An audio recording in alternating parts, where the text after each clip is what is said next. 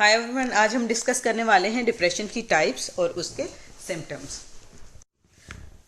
Depression की 4 main types हैं। सबसे पहली टाइप जो है जिसको हम क्लिनिकल डिप्रेशन कहते हैं, जो कि मेजर डिप्रेसिव डिसऑर्डर है। सेकंड टाइप पीडीडी, जिसको हम परसिस्टेंट डिप्रेसिव डिसऑर्डर कहते हैं। Third DMDD, disruptive mood dysregulation disorder. और फोर्थ वन जो है, जो कि लास्ट वन है, PMDD, premenstrual dysphoric disorder.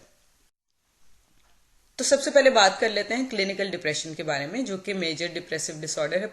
पूरी दुनिया में सबसे ज़्यादा यही वाला डिप्रेशन लोगों के अंदर पाया जाता है और सबसे ज़्यादा सीवियर होता है, और ये समटाइम फैटल भी हो सकता है। तो इसके कुछ सिम्टम्स इस तरह से होते हैं कि जो पेशेंट होते हैं इस डिप्रेशन के, वो बहुत ज़्यादा सैड फील करते हैं, बहुत ज़्यादा वर्थलेस फील करते हैं, और ये 2 वीक्स तक इनकी ये स्टेट रहती है। समटाइम इससे ज़्यादा भी हो सकती है। उनको सोने के प्रॉब्लम्स होते हैं, आइदर बहुत ज़्यादा नींद आ रही है या नींद आती ही नहीं है उन लोगों को। और समटाइम ऐसे होता है कि लॉस ऑफ एपिटाइट हो जाता है या लॉस ऑफ एक्टिविटीज़ हो जाता है। जो आप पहले से एक्टिविटीज़ बहुत अच्छे से परफॉर्म करते थे, उन एक्टिविटीज़ को परफॉर्म करने को आपको दिल नहीं करता, और आपकी कंसंट्रेशन जो है और आपका फोकस काफ़ी ज़्यादा ख़राब हो जाता है। कुछ लोगों में ऐसा होता है कि उनकी भूख बढ़ जाती है डिप्रेशन के दौरान। इसकी फर्दर कैटेगरीज हैं 3 और, जिसके अंदर ये है कि सीजनल डिसऑर्डर है, प्रीनेटल और पोस्टनेटल डिप्रेशन जो है, और उसके बाद एटिपिकल डिप्रेशन। ये सीजनल अफेक्टिव डिसऑर्डर क्या होता है? बेसिकली जब सर्दियाँ आती हैं तो कुछ लोगों को काफ़ी ज़्यादा स्ट्रेस होने लगता है, उनका मूड काफ़ी ज़्यादा इरिटेटेड रहता है, काफ़ी ज़्यादा वो सैड फील करते हैं सीज़न के चेंज होने की वजह से। तो इसको हम कह देते हैं सीजनल इफेक्टिव डिसऑर्डर।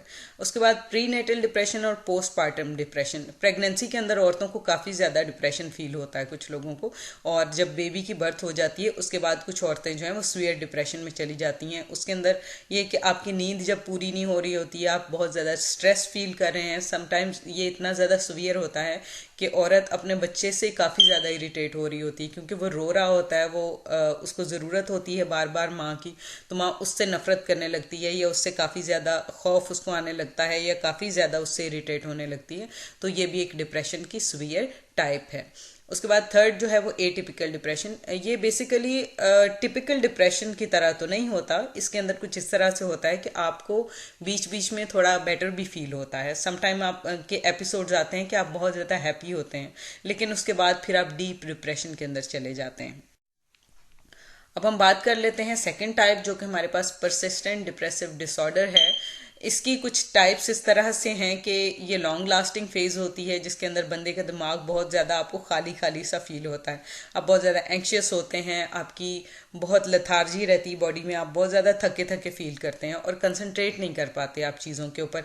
आप डिसीजन नहीं कर पाते कि अगर आपके आइदर आपको करना क्या है लाइफ के अंदर। स्लीप पैटर्न्स के अंदर चेंजेस ये होती हैं कि कभी कभी आपको नींद इंसोम्निया के एपिसोड्स होते हैं, या फिर आप बहुत ज़्यादा सो रहे होते हैं, या आप सुबह में एक पेट टाइम के ऊपर पहले उठा करते थे तो आप रात में किसी भी टाइम उठना शुरू कर देते हैं। तो स्लीप काफ़ी ज़्यादा आपकी जो है इसकी वजह से डिस्टर्ब हो जाती है, और इसको डिस्थाइमिया भी कहते हैं। एपिटाइट के अंदर चेंजेस ये होती हैं, कुछ लोगों के अंदर वेट बढ़ना शुरू हो जाता है भूख की चेंजेस की वजह से, कुछ लोगों के अंदर वेट लॉस होना शुरू हो जाता है, आपको बहुत ज़्यादा वर्थलेस फील होता है, लो सेल्फ स्टीम होती है, और आप काफ़ी ज़्यादा होपलेस फील।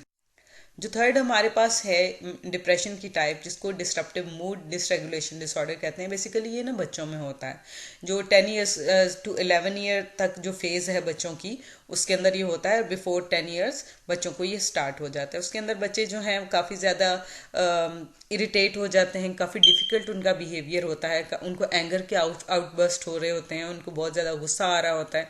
समटाइम वर्बली बहुत ज़्यादा, या नॉन वर्बल या बिहेवियरल उनके अंदर बहुत ज़्यादा चेंजेस आ रही होती हैं। और कुछ लोगों के अंदर तो ये जो फेज़ है बच्चों के अंदर वो 3 टाइम्स अ वीक होती है।